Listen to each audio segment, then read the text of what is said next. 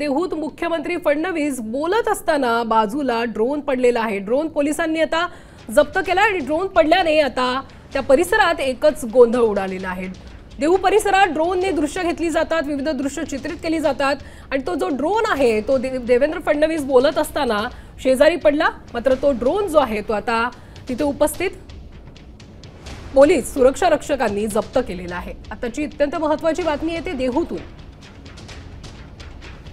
देहूत आता सध्या मोठ्या संख्येने वारकरी जमलेले आहे। प्रस्थान सोहळा पालखीचा सुरू आहे आणि या सगळ्या प्रस्थान सोहळ्यामध्ये तिथे ज्या पद्धतीने देहूतील जी चित्रित केली जातात ड्रोनद्वारे, तो ड्रोन जो आहे तो या परिसरात पडलेला आहे।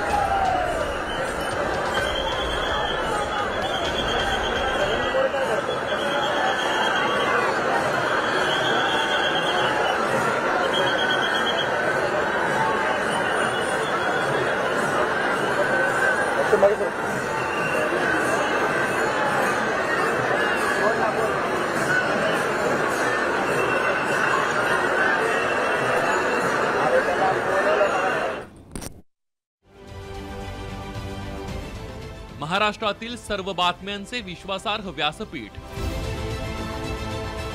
सकाळच्या सर्व सोशल मीडिया प्लॅटफॉर्मला लाईक, फॉलो आणि सबस्क्राइब करा।